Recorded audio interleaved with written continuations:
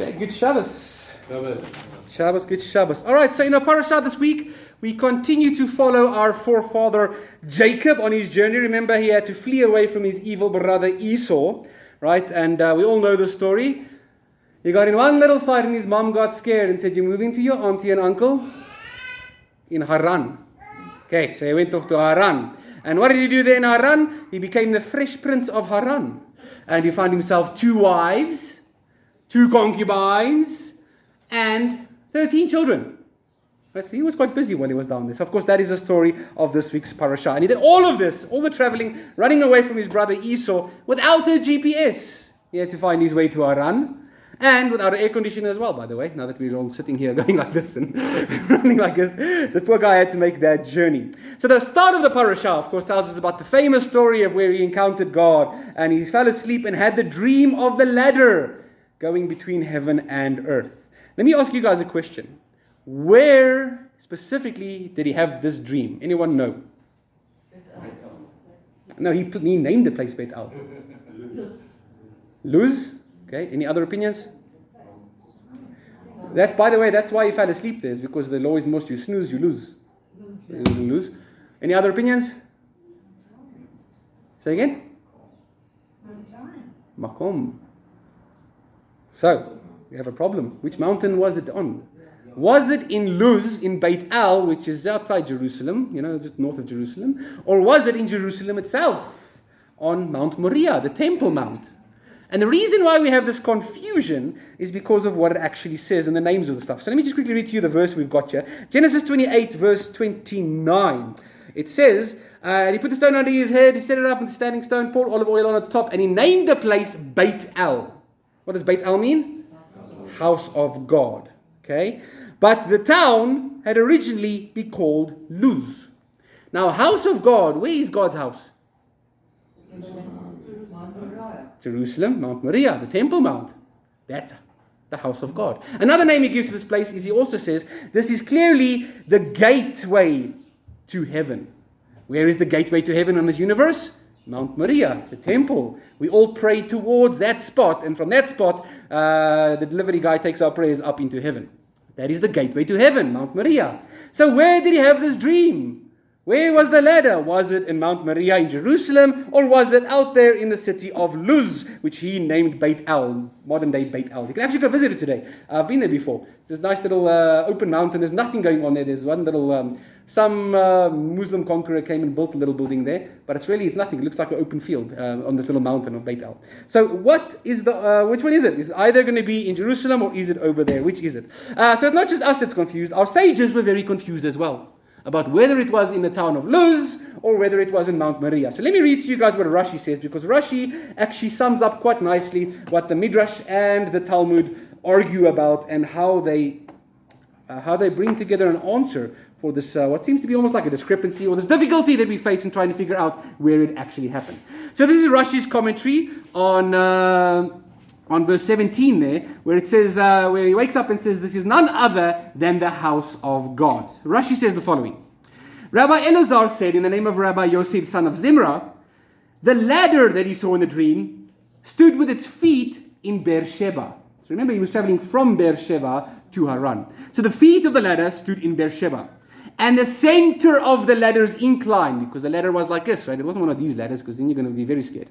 It was a ladder like this. So the center of its incline, so the middle point of the ladder, reached opposite the point of the temple. For Beersheba is situated in the south of Judah, the area of Judah, right? And Jerusalem is in the north of Judah, right on the boundary between Judah and Benjamin. And Beit El, or Luz, was in the north of the inheritance of Benjamin, on the boundary between Benjamin and the sons of Joseph. Consequently, a ladder, the foot of which is in Beersheba, and its top ending up in Beit El, the center point of its incline will reach right opposite Jerusalem. And this accords with what our sages say in the Talmud, in Tractate Chulin 91b, that the Holy One, blessed is He, said, the righteous one has arrived at my lodging place. Shall he pass without lodging over there? And further did our rabbi say in Tractate Pesachim 88b, Jacob called Jerusalem Beit El. So the Talmud has got an opinion. It says Jacob called Jerusalem Beit El. But this refers to the town of Luz, not Jerusalem, right? Whence then did they learn this idea to say this? I say, this is Rashi's opinion, I say that Mount Moriah in Jerusalem was uprooted and came here to Luz. And this is the contracting of the earth, which is mentioned in the Talmud in Tractate Chulin, chapter 91. So in the Talmud, it's got the story. It says, when God saw him sleeping there, and he woke him up, and he made a promise to him, he said to him, the land on which you are lying will be given to you and your descendants. You will conquer it. But now, one rabbi comes along and he reads the Torah hyper literally. He says, the land on which you are lying is literally just the size of a bed, a single mattress, 4 cubits by 4 amos by 4 amos. He says, only that will be given to you. How are you supposed to have children upon children as much as the stars and the dust of the earth living on a piece of land that size, the size of a single bed? So what did Hashem do, says the Talmud? Hashem actually folded the entire land of Israel on itself so it could fit into that little piece underneath where Jacob was sleeping. So Rashi says this is what it's talking about. What actually happened was Hashem took the mountain, Mount Moriah, uprooted it and brought it there to Jacob. He says, for the temple came towards him unto Beit El in the city of Luz. And this is the meaning where it says, and he encountered the place in this week's parasha. It says, Vayifga bamakom. He happened upon the place, or he was, what's the word? He was struck by the place. It's probably the best way to translate that verse in the Torah. He was struck by the place. Have you ever been struck by a place? He just jumped in front of me, right? He was struck by the place. So what is it talking about here? So Rashi comes and points out that this is pointing to something else. It's not just that he was in Luz. He was struck by the place. Makom. Makom is a name for the Temple Mount as well. Remember, Abraham called it Makom when he went to go sacrifice Isaac as well. So he was struck by that place, meaning that God took that mountain and came and basically threw Jacob with that mountain. Okay, not that bad, but you get the idea. Now, if you will say, this is Rashi, when Jacob passed by the temple on his trip from Beersheba to Haran, he passed by the temple. Why did God not retain him there? The answer is that Jacob himself did not set his heart to go and pray at that place, the place where his fathers had prayed previously. Should he be restrained from heaven for this? Well, he went as far as Haran, as we have stated in the Talmud. And the biblical verse demonstrates it, saying, and he went towards Haran. Now, when he reached Haran, he said to himself, perhaps I have passed by the place where my fathers prayed, and I did not pray there. So he set his mind to return, and he returned all the way until Beit El. So he went on this journey, and he passed by Jerusalem without stopping to go and say a prayer at this mountain. And when he got to Haran, he remembered, oops, oy vey, this head of mine, I forgot to go pray. So he made a 180-degree turn and decided to go back to the mountain in Jerusalem where his forefathers had prayed. And as he returned on the way, he stopped at Beit El. At that point, the earth shrank. It decreased the distance for him to Beit El. This is the Beit El, not the city in which is close to Ai, but the other Beit El, which is close to Jerusalem. So what happened was that he was on his journey back from Haran to go towards the Temple Mount. Let's make this the Temple Mount, and let's make this Beit El. So he arrived at Beit El, full on his way to Jerusalem, and Hashem shrunk the earth so that Beit El over here and the Temple Mount were actually in the same place. This is what the Midrash says. This is what Rashi tells us. An amazing miracle happened for him over there. Okay, and since it shall be the city of God, Jacob called it then Beit El, even though it was in Luz. He called it Beit El, which is a name for the Temple Mount. And it is Mount Moriah where Abraham prayed. And it is it's the same field where Isaac also prayed. As it is written in Genesis 24, that Abraham, it says, he went to go meditate, Isaac. Isaac went to go meditate in the field. So Abraham, when he went to go sacrifice his son Isaac, remember that is the origins for why we do the morning prayers, Shacharit. We learned that from Abraham. And he went to go do that on Mount Moriah. The afternoon prayers comes from Isaac, because Isaac was out praying in the field when his wife saw him and she fell off a camel. Right? That is the afternoon prayers, Mincha. But Jacob, where he fell asleep over here, that's the origin of our evening prayers. Is it possible that he's the one of our 3 forefathers that didn't pray at the correct mountain? No, Rashi's telling us here, God actually brought that mountain to Jacob. So, for thus it is stated in Tractate Pesachim 88a, in reference to the verse in Micah chapter 4 verse 2. Micah chapter 4 verse 2, we all know this verse. It says, "Come, let us go up to the mountain of the Lord, to the house of the God of Jacob."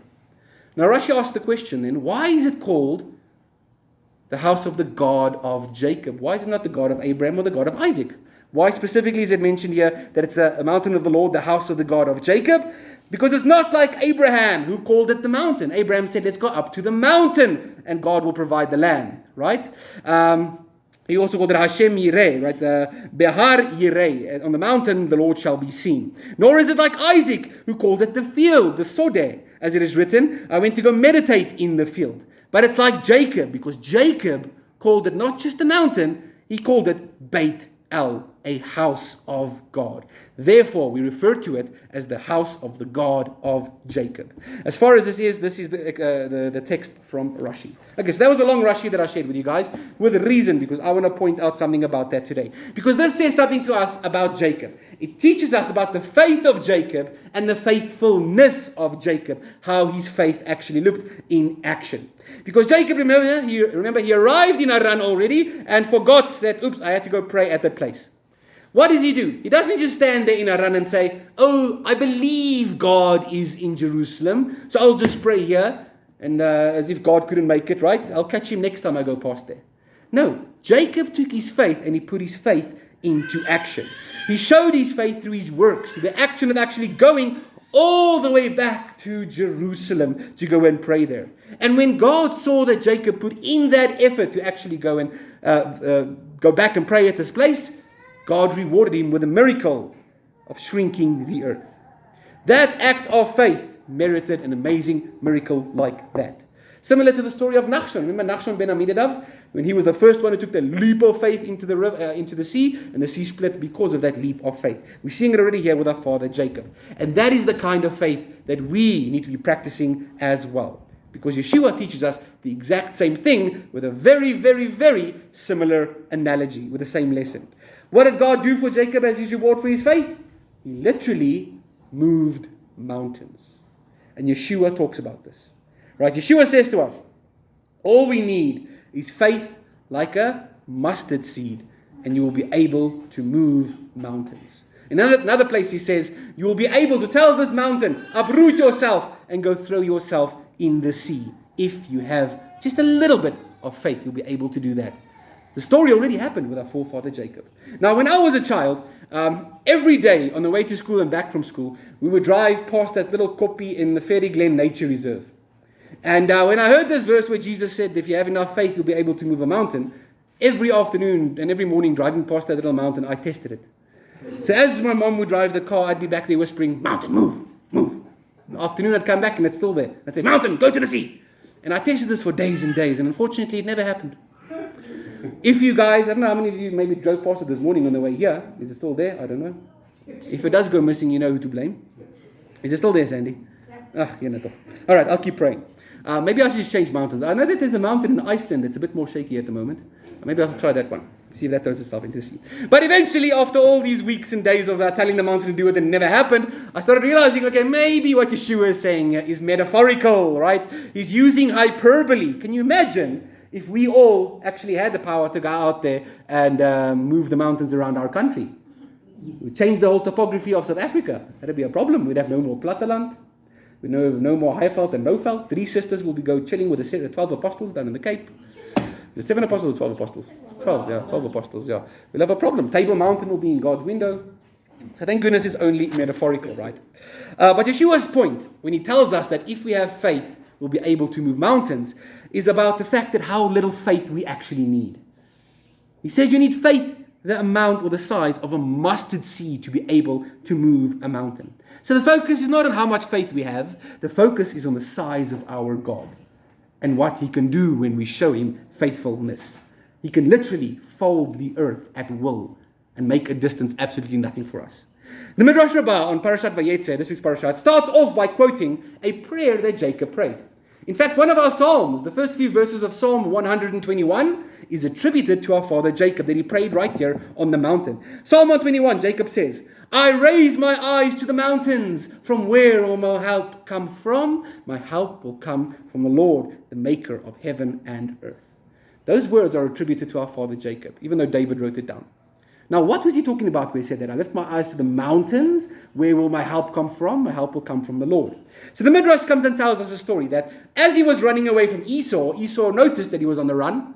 So what did Esau do? He was too busy playing bingo. He sent his eldest son, Eliphaz, on a mission to go and kill Jacob. Eliphaz and 10 of his men were hunting down Jacob. And they encountered Jacob here right before this mountain. And when he was there, remember Jacob was a very clever trickster. Jacob convinced him, rather just rob me of everything I own and don't kill me. And you can tell your father you killed me and I'll carry on living outside the land of Israel. He'll never see me again. It's like the story of the Lion King with hyenas that don't eventually kill him. Okay, so this is the story the Midrash tells us. So what happens is he gets robbed by Eliphaz, Esau's eldest son, and he has absolutely no possessions. And that's why he says to Hashem in the prayer, I'm crossing this border with nothing in my hand. I own nothing. Please return me with all these promises. So what is the point of this prayer then? I looked at the mountains, from where will my help come from? What's the word help in Hebrew? Does anyone know? Ezer. Ezer. Not Easter. Don't confuse it. Ezer. Where does the word Ezer? Where do you hear that word? Where was the first time we used that word? Ezer Kenegdo. In the beginning, God created Adam and gave him a wife, Eve, who was his Ezer Kenegdo, your opposite helper. So he says, from where will my help come from? Well, where will my Ezer come from? Well, why is he on the run to Haran in the first place? To find a wife, to find his Ezer Kenegdo. He's asking, where will my Ezer come from? Why? Because he knows where he's going. He's going to his uncle Lavan. And what do we know about his uncle Lavan?